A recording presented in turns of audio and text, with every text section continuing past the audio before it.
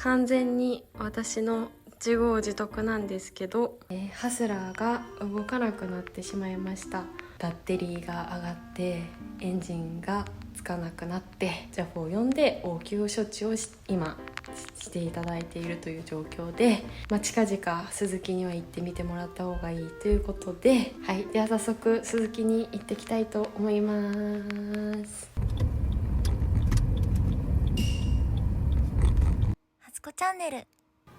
というわけでハスラーのちょっとバッテリー交換をしに鈴木アリーナ小倉北店にやってきました。ありがとうございます。お願いします。以前点検していただいた時にバッテリーの交換を勧めていただいたのにもかかわらず私がお金をその時持ってなくて交換しなかったんですね。でちょっと早く行こうとは思ってたんですけど、いいかと思っちゃってて、ちょっと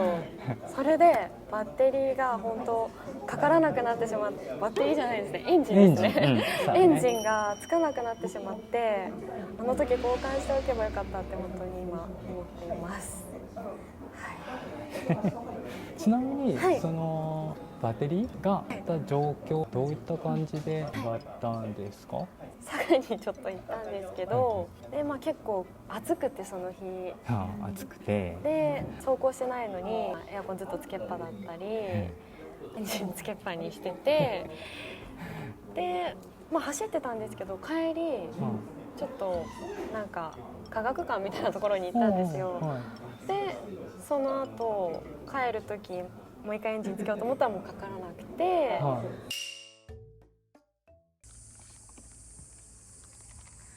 れ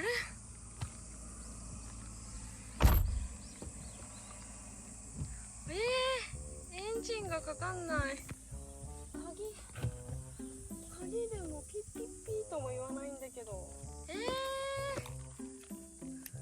なんでJAF を初めて呼んで、で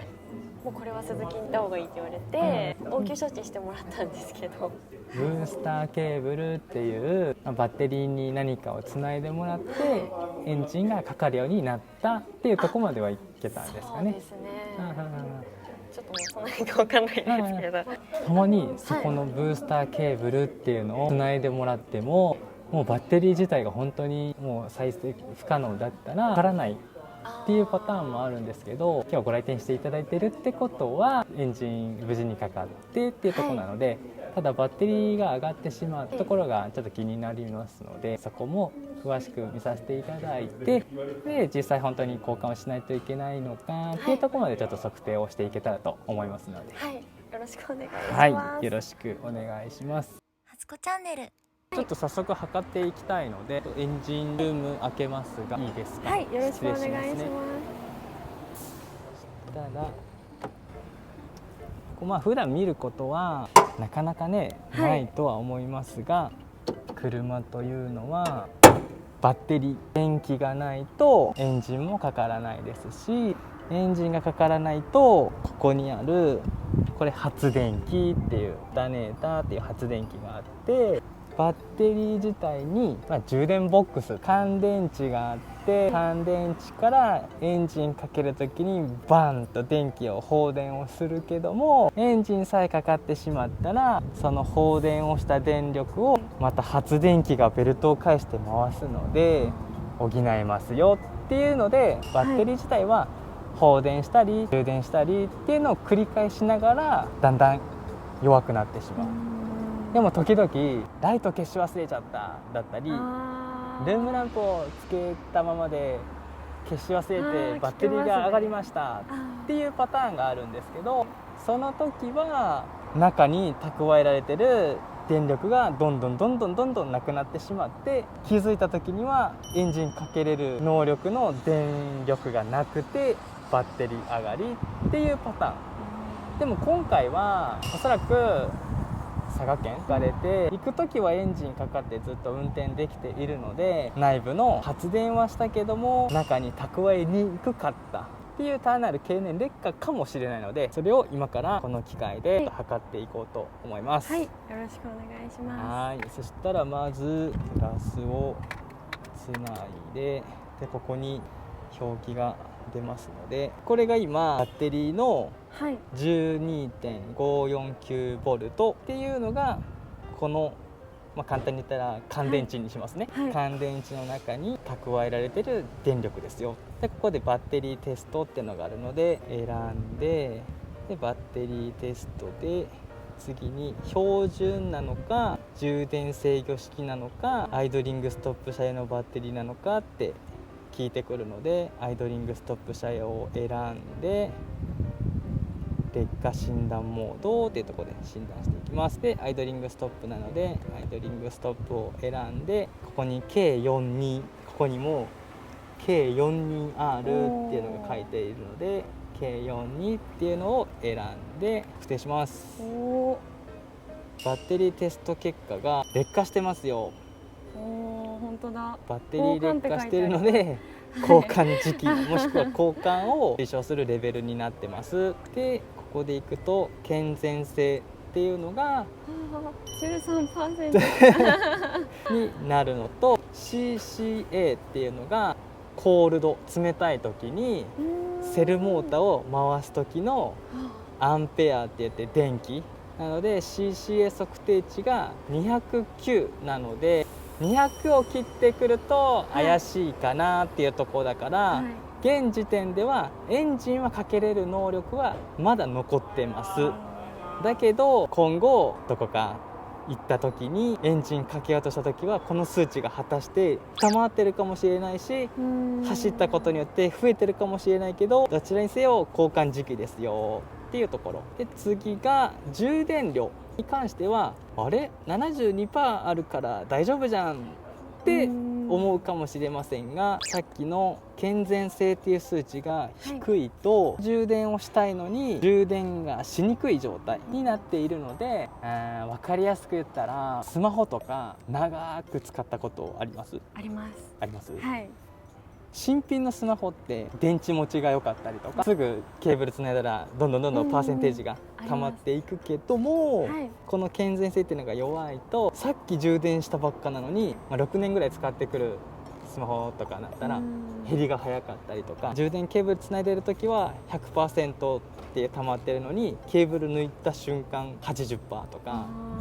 30分しか使ってないのに 70% のがこの健全性になります。はい、で結果は今すぐプリントしますねっていうところでちょっとプリントをしますけど、来ます。で判定は交換をおすすめしますっていうところになってますので、今からちょっと車をその他のところも見させていただければと思いますので、よろしくお願いします。はい、店内でお待ちください。はい、ありがとうございます。貴重品とか大丈夫ですか？はい、大丈夫です。はい、では運びます。初子チャンネル。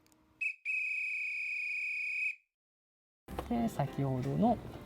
バッテリー、これがこれが交換する前のもの、要交換、バッテリー劣化交換ってなってますが、変えてきたバッテリーは、テスト結果未使用品診断モードっていうところが、さっきは車についた状態で、こちらが未使用診断モードで車に取り付ける前の状態なんですが、充電量が少ないんですけど、健全性が 100% ってことは車に取り付けられて走り始めるとまたすぐに 100% になっていきますので、心配はいらないかなと思います。今から実際お車に行って見ていこうかと思いますので、よろしくお願いします。よろしくお願いします。では行きましょう。はい。そしたら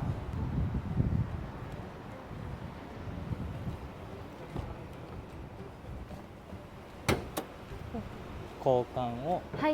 終えて、バッテリーの交換をしましたっていう記載をしてます。2024年の7月、そして68,493キロで買いましたっていうのをしてます。理由としては何も記載がなかったらですね、いつ買えたのっていうのが分からなくなるのとですね、そうですね、はい、それと、これは予防ではないんですけど、例えばガソリン入れに行きました、バッテリー測って変えたばっかりなんだけど弱ってますよっていうのが中にはあるかもしれないので、じゃあその予防策ではないんですけど、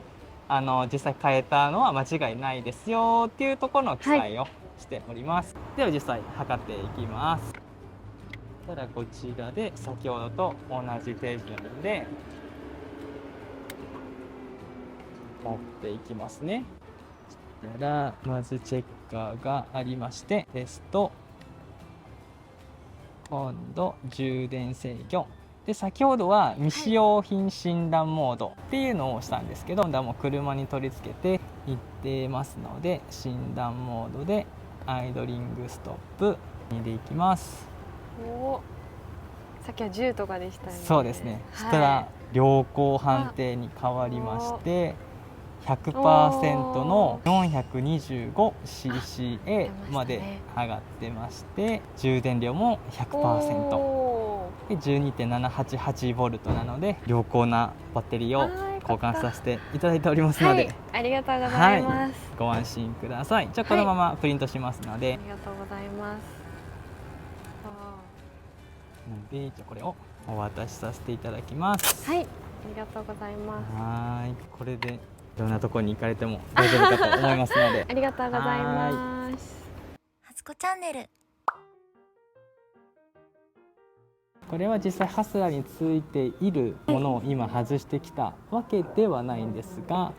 今走行距離が6万6000キロ超えてきている車両はだいたいこんな風に亀裂がここだったりいろいろ入ってくる状態です。お車の、ベルトを見るとこれと同じような状況に、はい、なっておりますので、今回はバッテリーの交換っていうところなんですが、これからいろんな場所にお出かけされる距離が今の使用距離からかなり伸びてしまうよっていうことであれば、はい、交換を強くお勧めしたいかと思います。ベルトが切れてしまうと、先ほどせっかくバッテリーを交換したのに発電機回らなくて、また同じようにバッテリー上がりを起こしてしまう、もしくはオーバーヒートっていう不調にもつながるので、はい、ベルトとバッテリーに関しては関連が非常に高い部品になっております。でちなみにこれが新品のベルトになるんですが、になるので、交換サイクルとしてはだいたい車検の数とか、あとは距離が4万5000キロとか5万キロ付近になるとだいたい亀裂が入ってたりする車両がありますので、定期的な点検が必要かなと思います。ありがとうございます。じゃあ実際に変えてきたベルトになりますので、はい、こちらの説明をしますね。はい、ベルト交換いただきましたので、こちらが実際ついてたもの、先ほどのサンプル品というものと同じ状態、1箇所あったりと回していくと、ここに1箇所2箇所で、ここもなんかギリギリいきそうな感じで亀裂が入ってまして、ここにも連チャンして入ってきてるので、やはりこの亀裂が入ってくると、一つでも欠けてくるとこの他に負担がかかって同じように波状で亀裂が入っていきます。でちなみに今6万6000キロだったかな、そうですね。地球一周何キロだと思いますか？20万キロっていうか、地球一周がそうですね、20万キロとまではいかないんですけど、一周だいたい4万5000キロと言われてますので、このベルトは地球一周走って、2周目に突入した途中を使ってたベルトと考えると結構な距離を